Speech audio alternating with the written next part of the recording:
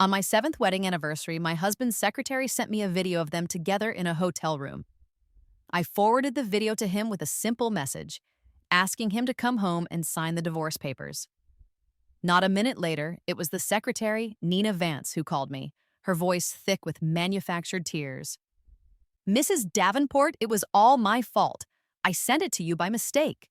Please don't be angry with Mr. Davenport. I promise I won't ever get in the way of your family." I could faintly hear my husband, Ethan Davenport, in the background, his voice a low murmur as he wiped her tears away.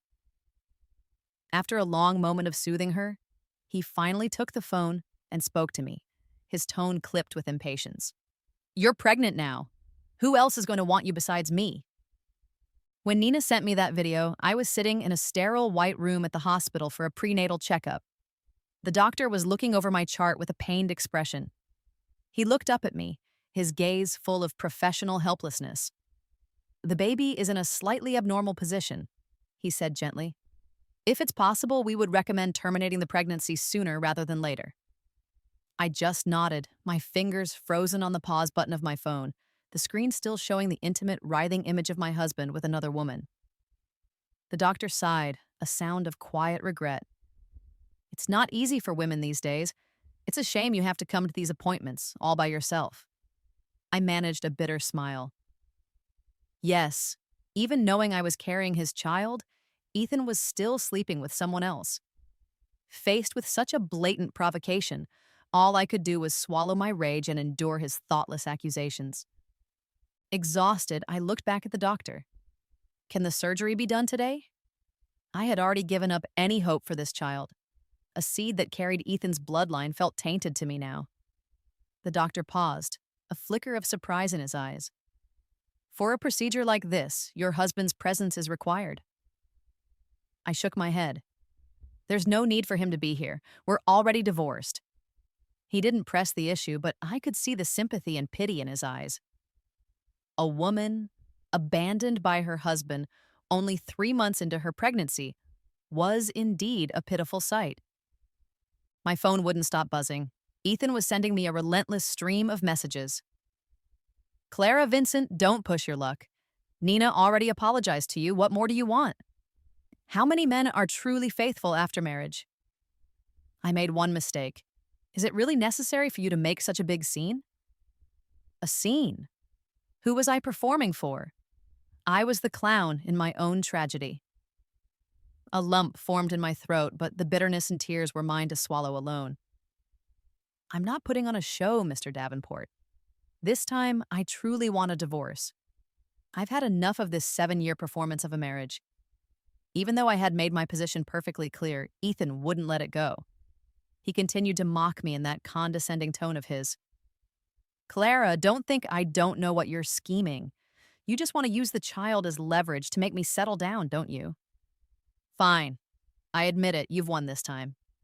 You're pregnant at your age, you should know when to stop." I wanted to argue, to explain, but all that came out was a quiet, "as you wish." Just then, a soft, delicate female voice came through the phone. "Ethan, honey, why aren't you over here yet? Come quickly and see our baby."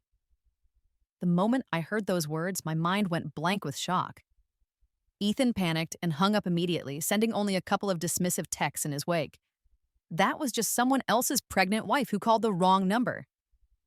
"Don't overthink it," I sneered at the screen. How could I ever mistake that voice? The voice that had haunted my waking thoughts for years, Nina. She was also pregnant with Ethan's child. Lying on the cold operating table, I felt 2 helpless streams of tears trace paths down my temples.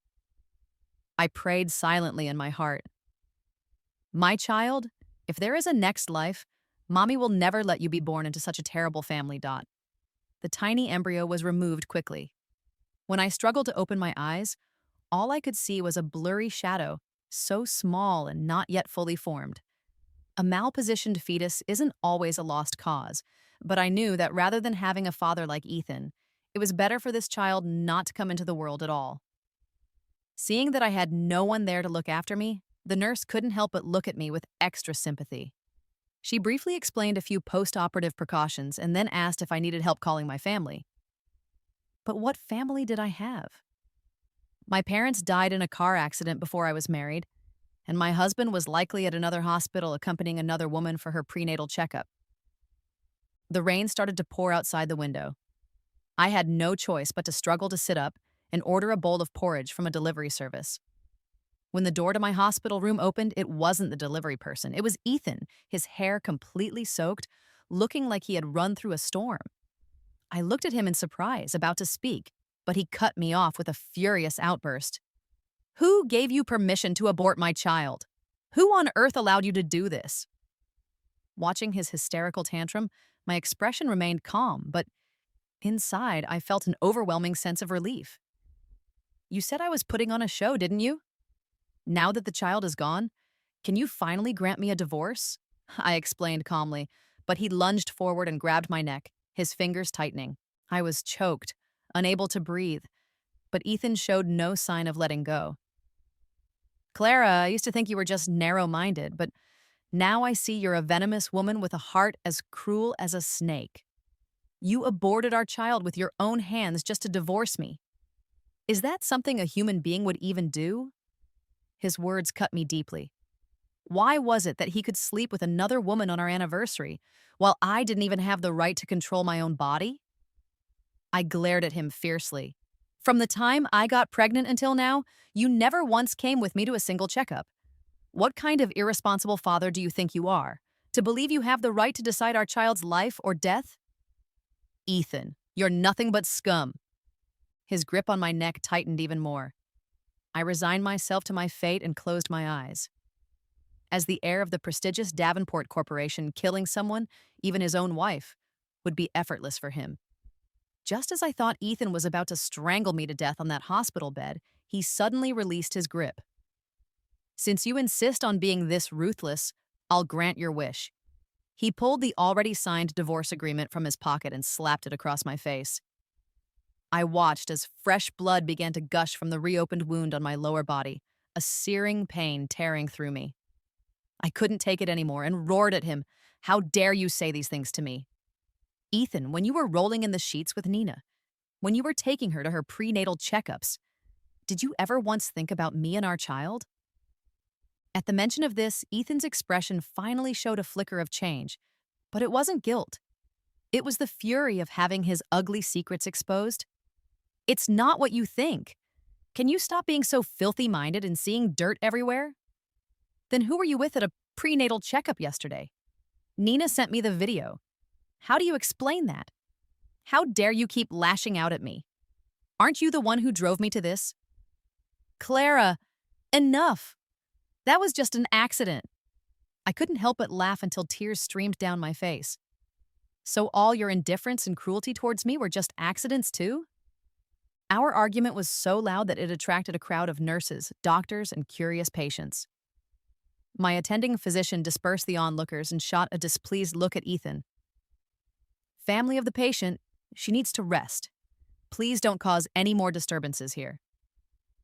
The doctor helped me sit up, and upon seeing the obvious strangulation marks on my neck, his expression hardened. He quickly pulled back my blanket. Beneath it was a growing pool of bright red blood. Ethan's expression changed too, and he hastily stepped forward. How could there be so much blood? What kind of treatment is this hospital providing? The doctor didn't hold back, scolding him without mercy. "Sir, don't you know that patients who have just had surgery need absolute rest? You deliberately provoked the patient, and now the freshly stitched wound has reopened. There's a high risk of infection. Can you take responsibility for that?" Turning around, he instructed the nurse beside him. "Quickly, prepare the disinfectant and rebandage Miss Vincent." Ethan fell silent, opening his mouth but not uttering a word. He could only stand quietly to the side.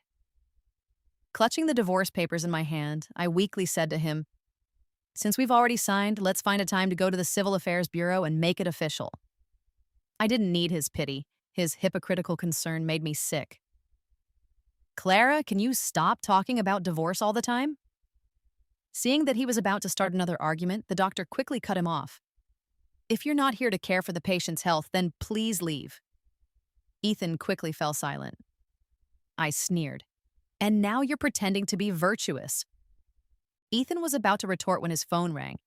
He looked extremely conflicted, unsure whether to answer it. I just kept staring at him. Finally, Ethan managed to speak with difficulty. Clara, Nina probably has some urgent company matter to discuss with me. In a hurry to get back in the sheets with her? I teased with a half smile. Ethan looked embarrassed while the doctor nearby gave him a disapproving glare. He gritted his teeth and hung up the phone. Just as I expected, Nina's messages came pouring in, one after another. Ethan lowered his head in silence, his face growing paler by the second. Finally, he looked at me helplessly. Clara, Nina isn't feeling well. I need to go check on her. I almost burst out laughing. Is she giving birth? Are you really that eager? Clara, this is a matter of life and death. Can you stop being so petty? A matter of life and death? Didn't you just say she was feeling unwell? Is she going to die without you? Since you're so concerned about her, are you planning to marry her right after we divorce? Clara, I'm warning you. My patience has its limits. The pain had long since numbed me completely. Now, facing Ethan, all I felt was disappointment and a sense of absurdity. Ethan, I'm giving you one last chance. If you step out that door today, from now on, we'll be strangers until death. He didn't look back, not even for a single glance.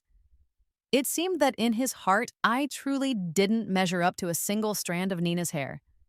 And neither did my child. The doctor looked at my dazed expression, opening his mouth as if to comfort me, but in the end, no words came out. The young nurses at the door were still whispering.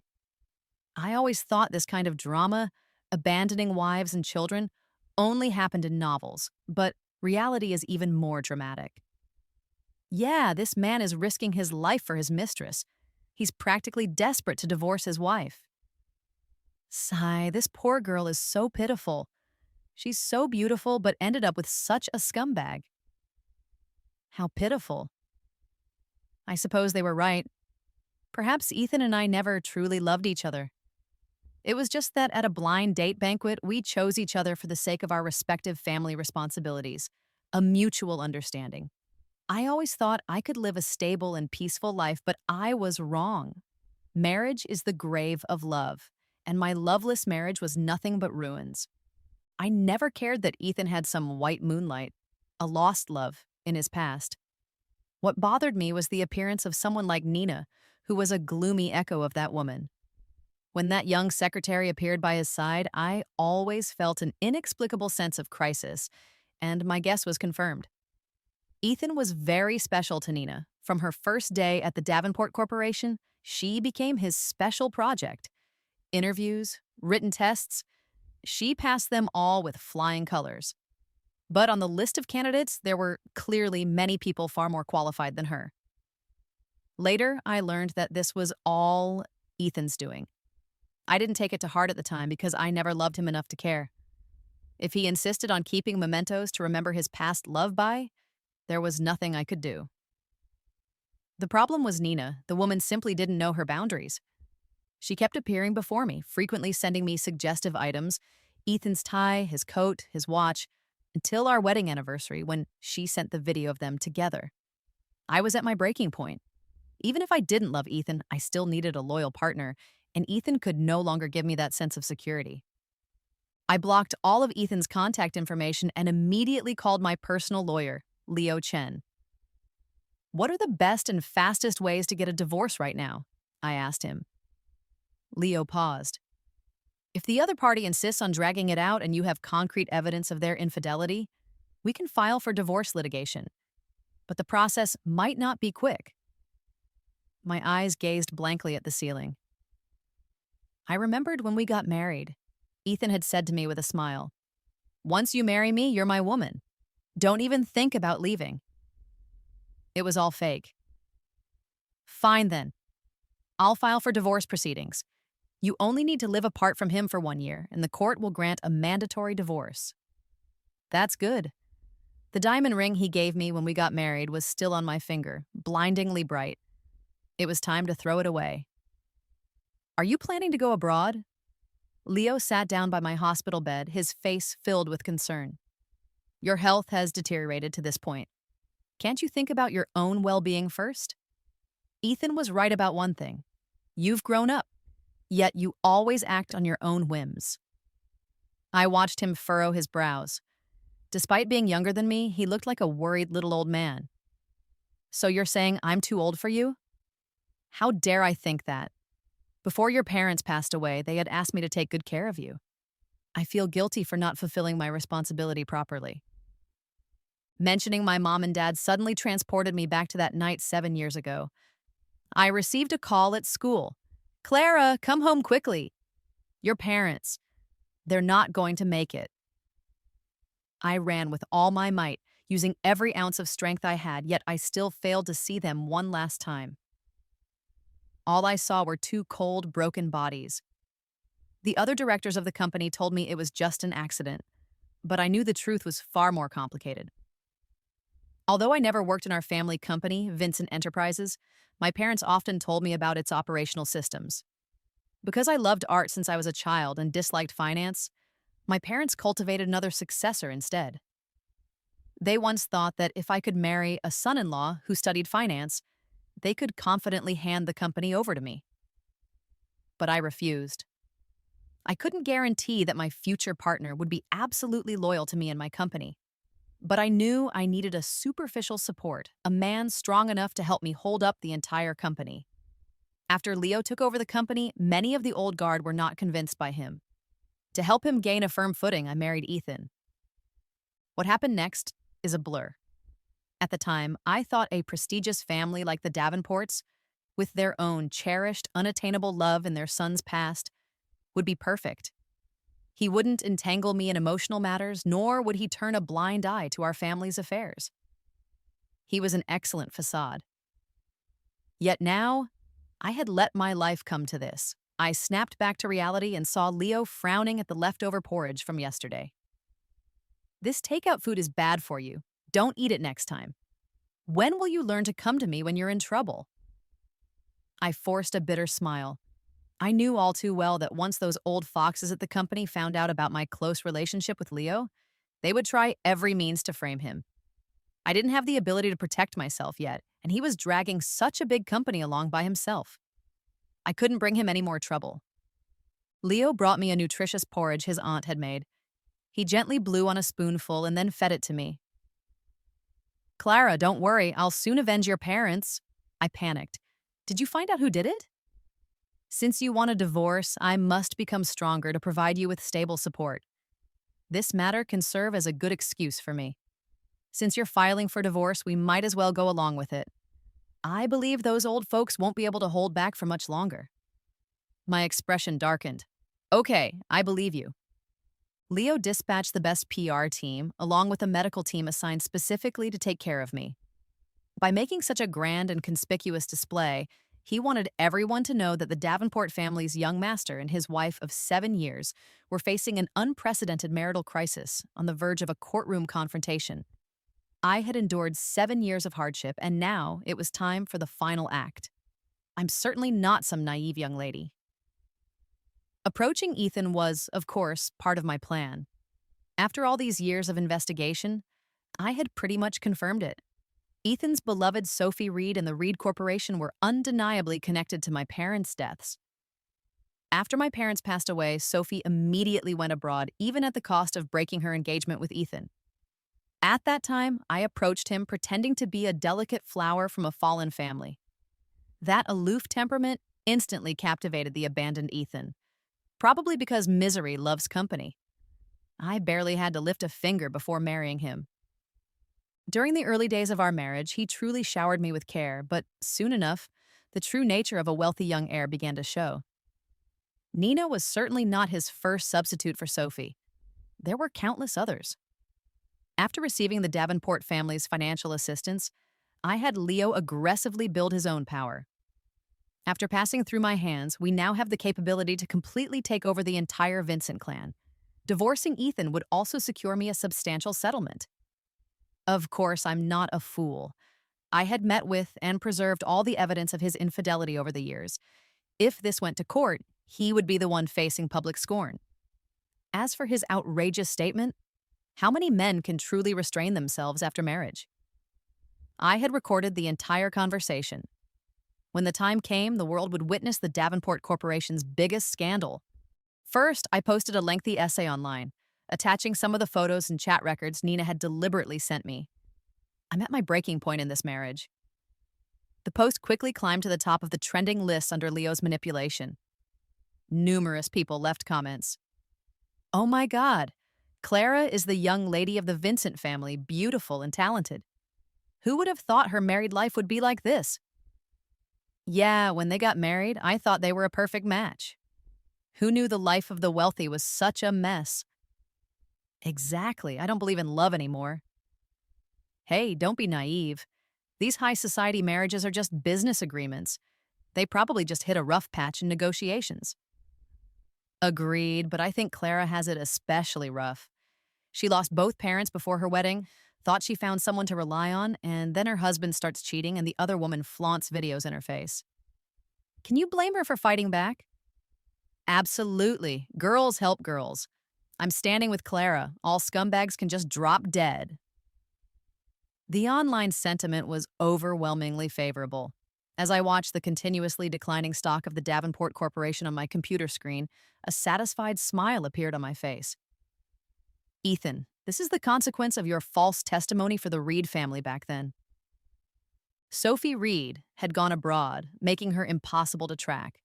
So I could only marry the person she was most familiar with before she left, then secretly expand the Vincent family's influence overseas. Along with the shares I hold, Leo and I together now hold 51% of the shares. We have complete control over the entire Vincent group, but we still needed a reason that could completely secure the board under our control. Amid this wave of trending searches about the Davenport heirs affair, a second topic quickly followed. The truth behind the deaths of the Vincent couple years ago. Ethan Davenport suspected in murder of Clara's parents. As soon as this trend emerged, the Davenport Corporation's stock price immediately hit its limit down. During this most critical moment, Ethan had yet to make any public response. I had people keeping an eye on him. He hadn't done anything these days except constantly try to contact me. Even more unusually, he fired Nina, his little secretary. When he couldn't reach me, he had no choice but to contact Leo. Leo answered the phone beside me. Mr. Davenport, long time no see, how have you been? But Ethan, having been pampered for so many years, was accustomed to looking down on others. He completely failed to realize his family's company was already in grave crisis. Did you scheme behind the scenes to make Clara insist on divorcing me? I'm giving you one chance. Have Clara come see me herself.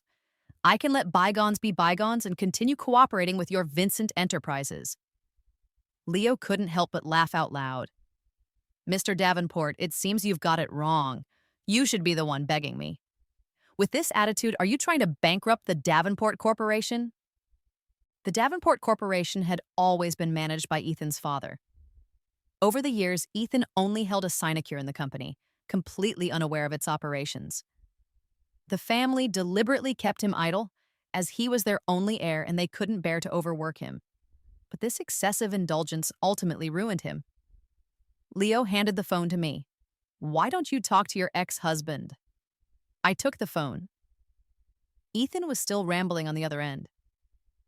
Clara is already a mother who lost her child. With someone like her, who else would want her besides me? If you care about your sister, you shouldn't oppose me. I raised an eyebrow and asked casually, Oh, really? The tone on the other end of the phone instantly panicked. Clara, why are you the one answering? I fiddled with the pen in my hand, remaining silent. It's not what you think. This time, I truly regret it. I just threatened Leo like that because I wanted him to let you answer the phone. I want to take you home. Okay, I said, somewhat taken aback. What makes you think I'd go home with you? Are you some kind of hot commodity now, Mr. Davenport? Your family's company is about to hit rock bottom. With such a huge crisis, why should I wade into this mess with you? Ethan was left speechless, but he still tried to cover it up. That's just temporary. Our Davenport family is a century-old conglomerate. How could we possibly go bankrupt so easily? If you just come home with me, I can still make you a carefree, wealthy lady. Ha, carefree and wealthy? In that case, what about your Sophie Reed? I knew Ethan had Sophie's contact information. They had been secretly keeping in touch. I once accidentally saw it on his phone, but he was extremely guarded. If it weren't for Nina reaching out on her own, I wouldn't have even known he had hired a young secretary as a substitute for his unattainable white moonlight. But I wondered what would happen if Sophie found out about this. Counting the time, the woman who had been hiding for several years should be coming back soon. All these years, Leo has been suppressing the overseas shares of the Reed Group. In short, Sophie had run out of money. Before our wedding anniversary, Leo discovered that Ethan had secretly transferred a large sum of money to Sophie. She naturally had no idea it was our people targeting her. She simply assumed her family's business was mismanaged. However, a wealthy young lady like her naturally had countless admirers ready to clean up her messes. I had someone investigate Nina's current situation. Although she was no longer a secretary at the Davenport Corporation, she was currently being supported by Ethan. It's just that he didn't visit her much anymore. In that case, I was certainly going to give things a push. Nina should be well aware that Ethan was only fond of her because her face bore an 80 to 90% resemblance to Sophie's. Deprived of favor, Nina naturally couldn't accept her current situation. I merely sent someone to subtly remind her, and she instinctively seized on the news of the superstar Sophie Reed's return to the country. Nina did not disappoint me. The airport where Sophie returned was packed, yet Nina still found an opportunity to appear by Ethan's side. His white moonlight had returned. There was no way he wouldn't go. Ethan explained to me over the phone that he and Sophie were just old classmates, and it was normal for them to meet up. Then I would give his old classmate a little surprise. As I expected, Nina still held some leverage over Ethan because she was pregnant. This child was the Davenport family's only heir. The pregnant Nina was squeezed in the crowd to the point of being unable to speak, and the next second, she fainted. Ethan had no time to catch up with Sophie and hurriedly stepped forward to pick up Nina, preparing to take her to the hospital. Sophie's expression must have been quite a sight. Online, this matter quickly gained traction.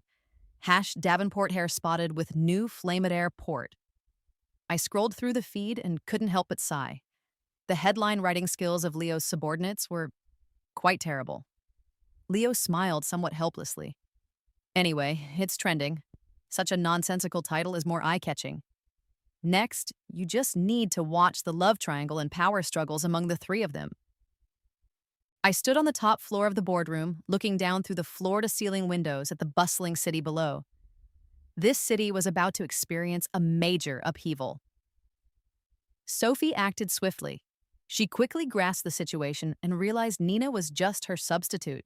I imagine a woman like Sophie would always have the upper hand. After all, her bond with Ethan, forged over more than a decade of friendship, wasn't so easily broken.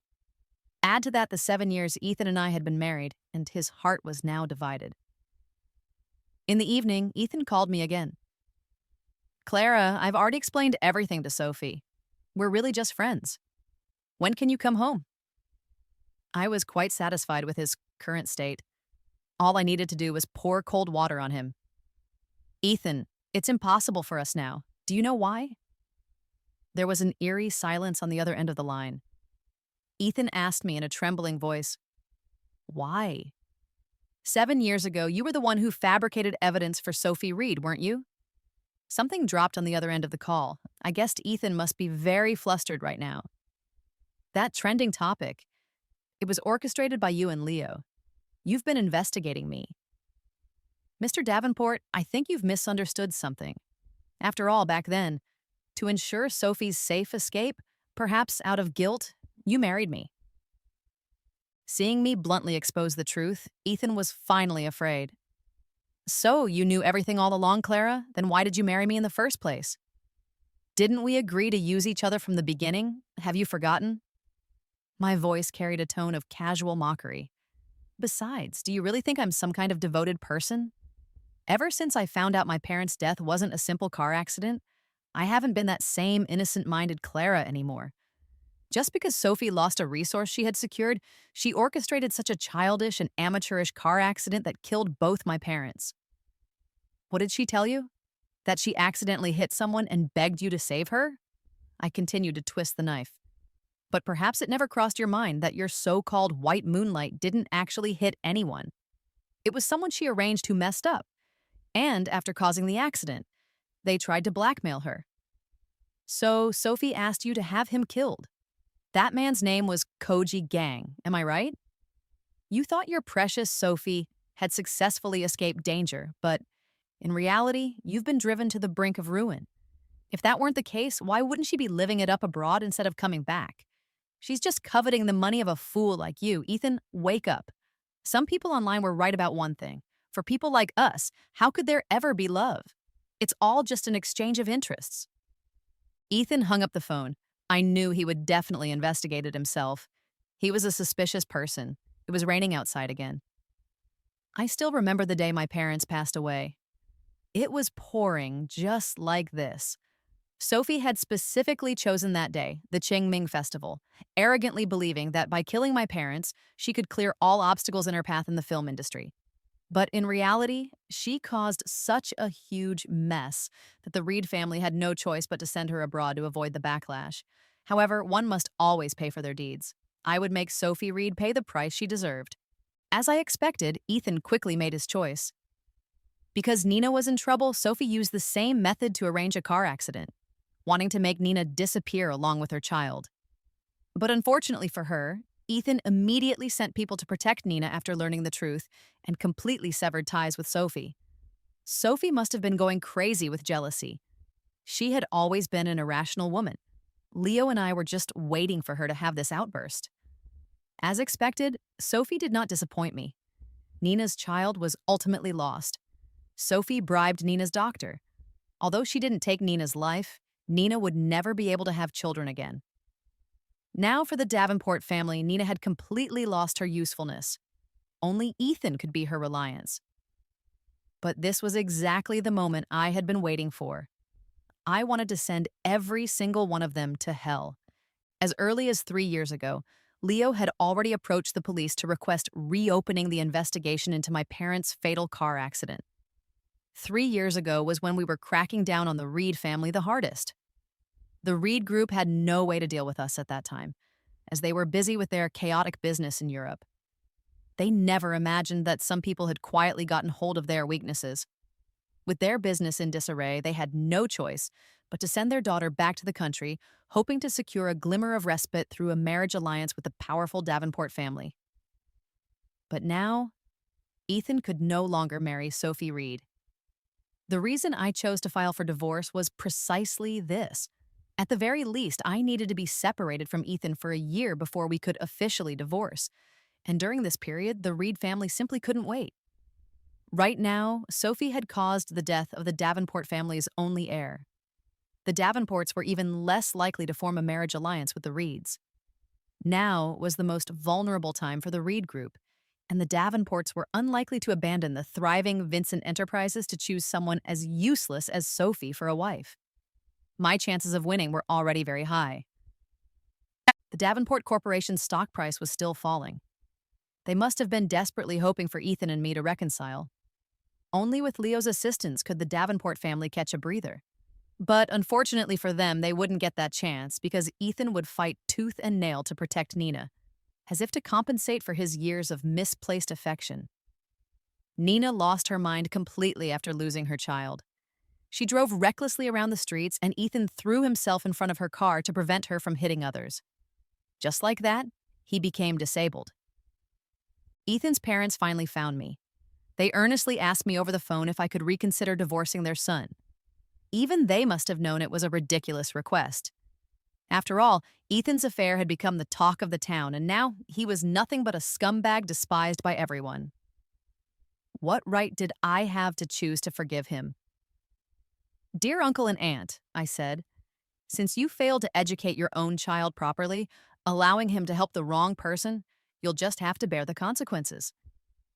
I don't believe his parents were unaware of his actions. They were strongly opposed to Ethan marrying me from the beginning because they knew that without my parents, I was just an empty shell in the Vincent group, utterly incapable of providing any assistance to them. But they had no choice. Ethan was their sole heir, had no interest in business, and I posed no threat. So they never took me seriously. Yet ironically, this gave me the perfect environment to survive. Now was the time for me to strike back. Vincent Enterprises shares were about to undergo a major official change. Leo and I would become the company's largest shareholders. What happened 7 years ago was certainly not as simple as being done by Sophie alone. How many shareholders were secretly involved in facilitating that car accident? We had to completely overhaul and purge them all. On the day I assumed office as the new president of the group, we held a press conference. We invited the police. The truth about my parents' death 7 years ago was officially revealed. Ethan and others, including Sophie Reed, were all arrested. I wanted nothing but Sophie's death penalty. She hired a killer to commit murder, taking 2 lives, and she had to face the harshest punishment. Even if the Reed family spent all their wealth, they couldn't save her. Their company was already brought down by me and Leo. Now they could only watch helplessly as their beloved daughter was led to the execution ground. Such is the heartless nature of these wealthy families. In the end, the Reed Corporation abandoned Sophie. The lives of thousands of employees had to go on. But the Davenport family was different. They had only this one heir, and that man was still my husband in name. Ethan's elderly father knelt at my doorstep every day, begging me to spare his son. Did they think playing the age card would make me compromise? Not a chance. The murder of my parents was an unforgivable enmity. Even if Ethan was just an accomplice, I'd make sure he served a solid 10 to 8 years in prison. Perjury is a serious crime. All the police officers involved in handling that case back then were also recalled and dismissed for investigation. I would personally take revenge on everyone involved. Leo could see that I was blinded by rage, but he never stopped me, letting me do as I pleased. He had a hard time these years, repaying my parents' kindness and doing so much for Vincent Enterprises. Now he had handed a complete, powerful company to me, staying by my side just like when we were children. As for Nina, the woman who only knew how to rely on men without the support of wealth and power, she would only rot to death in some unknown alley. I couldn't even be bothered to ask whether she was alive or dead. Everyone says I endured humiliation to achieve a great comeback. Some also say I'm cunning and ruthless, willing to marry my enemy just for revenge. But only Leo knows how much effort this young woman in her 20s has put in just to survive.